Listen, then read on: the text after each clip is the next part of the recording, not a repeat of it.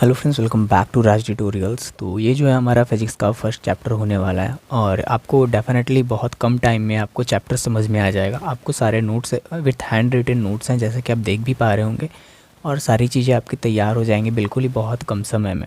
तो ये इस सीरीज़ की फर्स्ट वीडियो है, आगे सारी वीडियोज़ आएंगी, तो उसके लिए आप चैनल को सब्सक्राइब जरूर कर लें एंड बेल नोटिफिकेशन को ज़रूर ऑन कर लें, ताकि जैसे ही कोई अपडेट आए या फिर जैसे ही कोई वीडियो है तो आपसे मिस ना हो और आप डेफिनेटली स्टडी कर पाओ अच्छे से।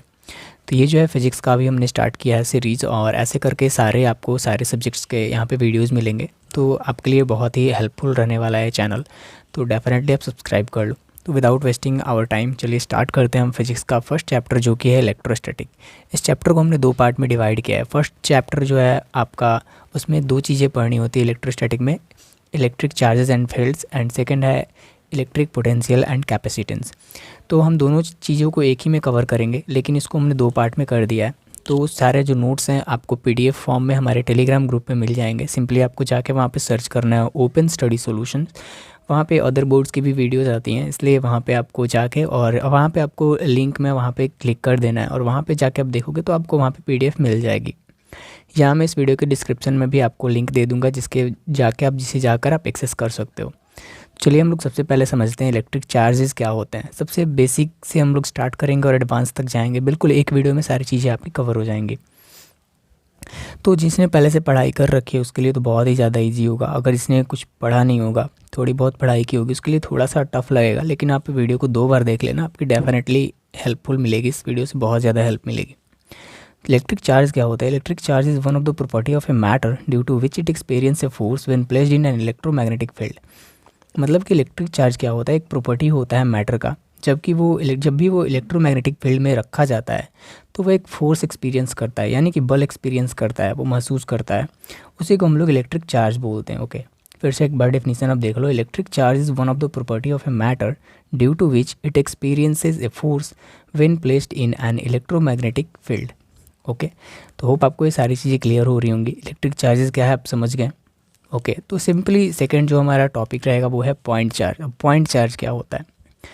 पॉइंट चार्ज बहुत ही स्मॉल एक चार्ज होता है। Point charge is an accumulation of electric charges at a point. Electric charge जो है अगर किसी एक पॉइंट पे एक्यूमुलेट हो जाए, मतलब कि एक पॉइंट पे इकट्ठित हो जाए विदाउट स्पैटल एक्सटेंट, अगर एक जगह पे इकट्ठित हो जाए तो उसी को हम लोग पॉइंट चार्ज बोलते हैं।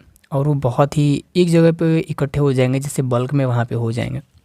Okay, two electrons or protons will tend to repel each other as they have negative and positive electrical charges respectively। अगर दो पॉजिटिव चार्जेस रहेंगे तो वो रिपेल करेंगे, दो सेम चार्जेस रहेंगे तो रिपेल करेंगे, अगर अपोजिट चार्जेस होंगे तो अट्रैक्ट करेंगे। यानी कि हमने 10th में भी पढ़ा होगा कि like charges repels each other and unlike charges attract each other. Okay, unlike charges मतलब पॉजिटिव एंड निगेटिव चार्जेस होंगे तो वो डेफिनेटली अट्रैक्ट करेंगे, लेकिन अब पॉजिटिव रहेंगे तो रिपेल करेंगे। यहाँ पे बात यही हो रही है।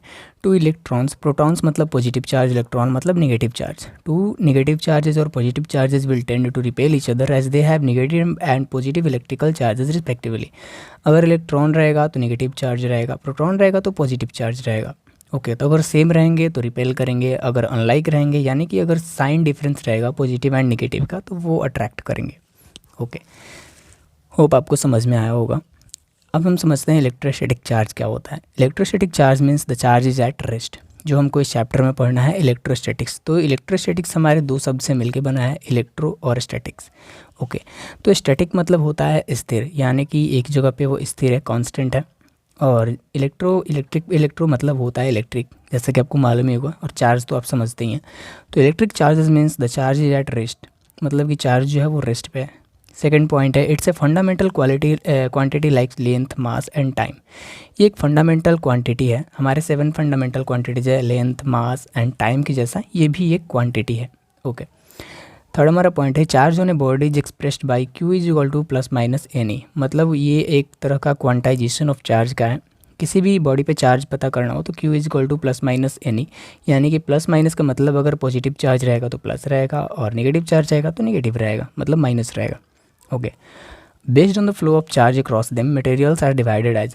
अगर जो चार्जेस के फ्लो होते हैं उनके बेसिस पे चार्ज को 3 भागों में डिवाइड किया गया है। कौन कौन? Conductor, semi conductor and insulator. Okay, तो कंडक्टर वो होते हैं जो चार्ज को मतलब अपने से पास होने देते हैं। चार्ज कैन बी पास्ड यहाँ पे होता है। Okay, charge can be passed. Insulator जो होता है वो चार्ज पास नहीं होने देता है, can not be passed. Past और ट्रांसफर्ड भी हम यहाँ पे बोल सकते हैं, इसको समझ जाइएगा। यहाँ पे सेमीकंडक्टर होते हैं जो आधे आधे होते हैं, बीच में होते हैं, यानी कि पास करते भी हैं कुछ में नहीं भी करते हैं। तो फ्लो ऑफ चार्ज के अकॉर्डिंग इनको 3 पार्ट में बांटा गया है, कंडक्टर, सेमीकंडक्टर एंड इंसुलेटर।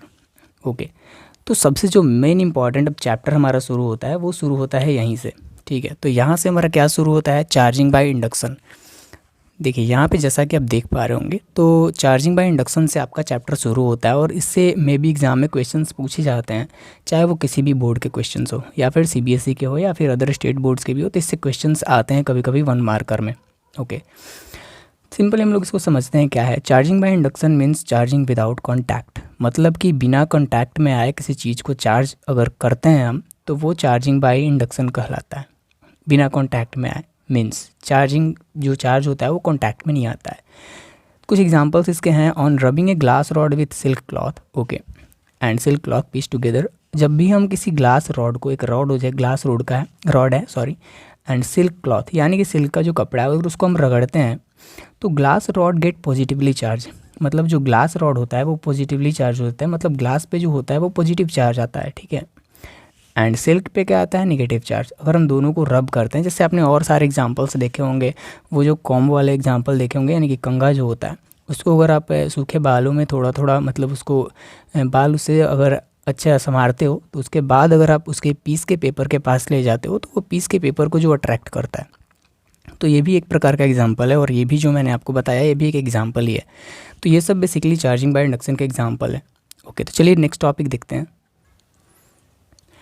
हमारे एनसीईआरटी में भी ये दिया हुआ है कि if A negatively charge rod is brought near neutral metal with insulator mounting, it repels free electron and attracts positive charges on metal.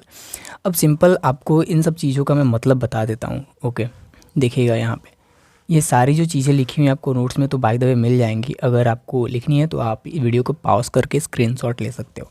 Simply मैं आपको समझाता हूँ। यहाँ पे एक मेटल है जो कि नॉन न्यूट्रल है, ओके, और एक मेटल है जिस पे चार्जेस हैं, ठीक है। ये न्यूट्रल मेटल है। अगर हम किसी चार्ज को इसके प्लेस पे ले जाएंगे तो इस पर तो पहले न्यूट्रल है, तो यानी कि पॉजिटिव निगेटिव चार्जेस दोनों हैं। अगर हम किसी निगेटिवली चार्ज यहाँ पे आयरन रॉड को ले आएंगे या फिर मेटल शीट को ले आएंगे तो वो क्या करेगा, जो नेगेटिव चार्जेस हैं उसको तो रिपेल करेगा यानी कि जाने देगा, लेकिन जो पॉजिटिव चार्जेस हैं उसको अट्रैक्ट करेगा। यहाँ पे जैसा कि आप देख पा रहे हो एक मेटल यहाँ पे आया, ये जो नेगेटिव चार्जेस हैं इसको रिपेल कर रहा है और यहाँ पे जो पॉजिटिव चार्जेस हैं उसको अट्रैक्ट कर रहा है, ठीक है। तो ये हमारा फर्स्ट मेथड हो गया, ठीक है, फर्स्ट मेथड या प्रोसेस बोलेंगे। और सेकंड प्रोसेस में क्या हो रहा है, यहाँ पे देखिए जो निगेटिव चार्ज हैं पॉजिटिव चार्जेस को यहाँ पे अट्रैक्ट तो कर रहा है, लेकिन जो निगेटिव चार्जेस हैं यहाँ पे अर्थिंग की जा रही है, यानी कि ग्राउंड में अर्थिंग की जा रही है इसकी। तो जो निगेटिव चार्जेस है वो ग्राउंडेड हो जाएंगे यहाँ पे, और जो पॉजिटिव चार्ज हैं पूरे स्पेयर पे, आपके जो मेटल स्पेयर है उस पर पूरे पॉजिटिव चार्जेस हो जाएंगे। तो ये जो मेटल है, ये जो स्पेयर है वो चार्ज हो जाएगा, सिंपल। तो ये एक बेस्ट एग्जांपल है आपका। ये 1 मार्कर में एक बार पूछा भी गया था, ये 2020 में पूछा गया था सीबीएसई में क्वेश्चन, ये आया हुआ था। आप जाके क्वेश्चन पेपर चेक करोगे तो आपको डेफिनेटली मिलेगा।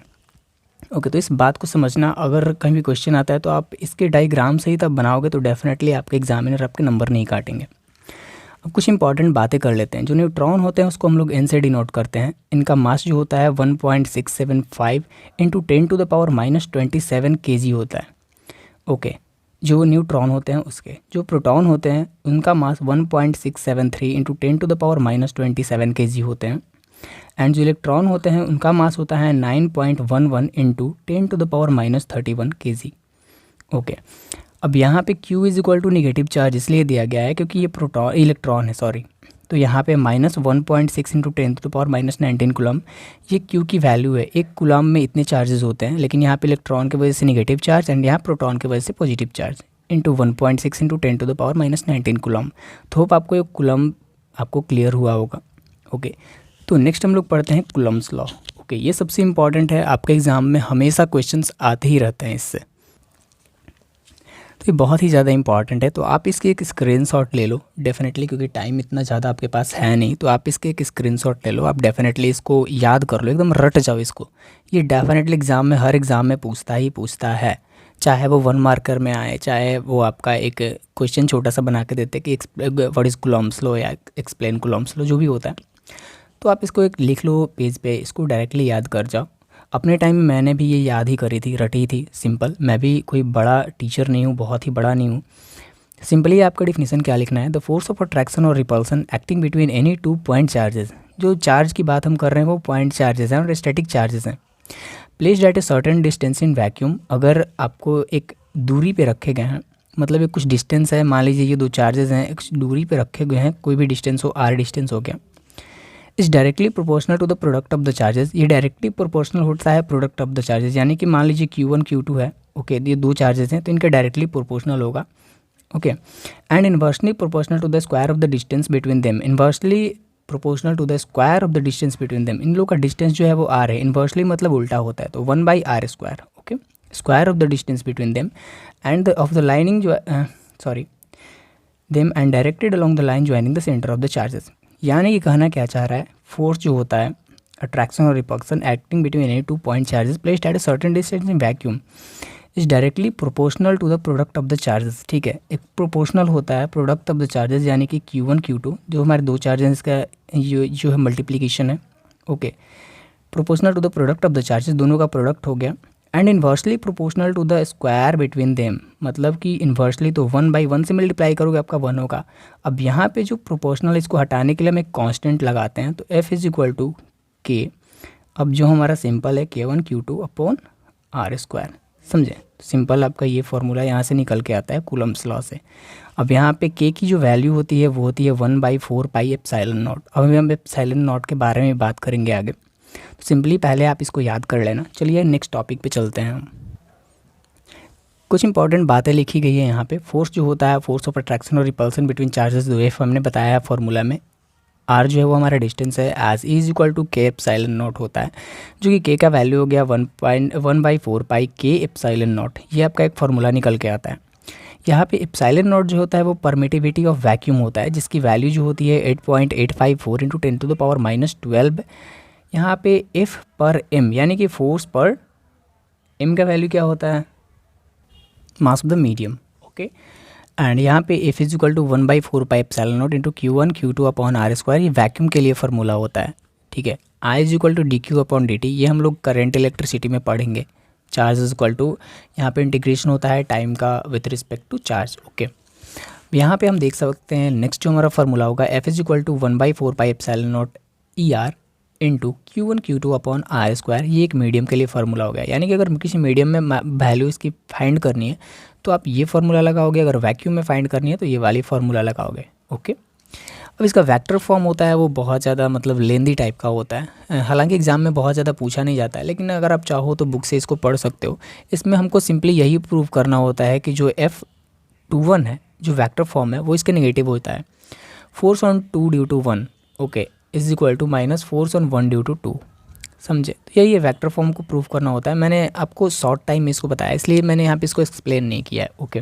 आप चाहो तो बुक से इसकी ले सकते हो, ये उतना इंपॉर्टेंट नहीं है, ठीक है। अब लोग समझते हैं प्रिंसिपल ऑफ सुपरपोजिशन। सबसे पहले हम लोग देखते हैं, force on any charge due to a number of other charges at rest is the vector sum of all the forces on that charge due to the other charges taken one at a time. Simple भाषा है, इसको आप समझ नहीं पाओगे। देखिए आप screenshot लेकर रख लो, इसको रट लेना, और टाइम इवन आपके पास लेफ्ट रहता है तो सिंपल हम यहाँ इस डायग्राम के थ्रू समझते हैं, बहुत ही ज़्यादा आपको ईजी लगेगा।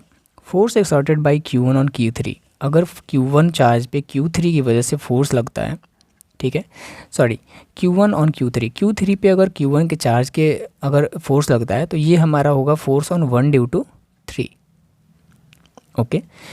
Force exerted by Q1 on Q3 तो F13 force on 3 due to 1, okay. Second, force exerted by Q2 on Q2 charge आपका यहाँ पे है, Q3 चार्ज आपका यहाँ पे है, तो इससे जो फोर्स लगेगा इसकी वैल्यू जो आपकी होगी F23 होगी, जो कि यहाँ पे मैंने लिखी हुई है, फोर्स ऑन 3 ड्यू टू 2। अब नेट फोर्स जो होगा ऑन Q3 वेक्टर, जो Q3 आपका है, जो नेट फोर्स होगा वो इन दोनों का सम होगा, जो F23 है और F13 है, इन दोनों का सम जो होगा वो आपका नेट चार्ज होगा। यानी कि जितने भी फोर्स, इसकी वजह से जितना फोर्स यहाँ पे लग रहा है, इसकी वजह से जितना फोर्स यहाँ पे लग रहा है, इन दोनों का सम अगर कर देते हैं हम, तो इसका नेट चार्ज जो है आपका फाइंड हो जाएगा। Net force exerted on Q3 is vector sum of F13 and F23, force on 1 due to 3, force on 2 due to 3।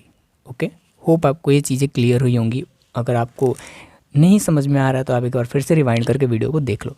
चलिए हम नेक्स्ट टॉपिक देखते हैं जो हमारा है, तो सिंपली टाइम को भी देखते हैं। तो हम इस अगले पार्ट में करेंगे, इसके जितने भी रिमेनिंग पार्ट्स हैं उसको हम लोग आगे वीडियो में करेंगे, क्योंकि वीडियो बहुत ज़्यादा लंबी हो जाएगी। तो आप लोग पार्ट 2 के लिए डेफिनेटली कमेंट करना, अगर आपको थोड़ी सी भी हेल्प मिल रही होगी तो आपको बहुत ज़्यादा जल्दी समझ में आएंगी चीज़ें। तो आप एक बार बस नोट्स देख लेना, आपकी चीज़ें सारी क्लियर हो जाएंगी। तो मिलते हैं अगले वीडियो में इसके सेकंड पार्ट के साथ। तो आप कमेंट जरूर करना आपको कैसी लगी वीडियो, और लाइक करके जरूर जाना, और पहली बार चैनल पे आए हो तो सब्सक्राइब जरूर करना। Thank you so much for watching this video till the end.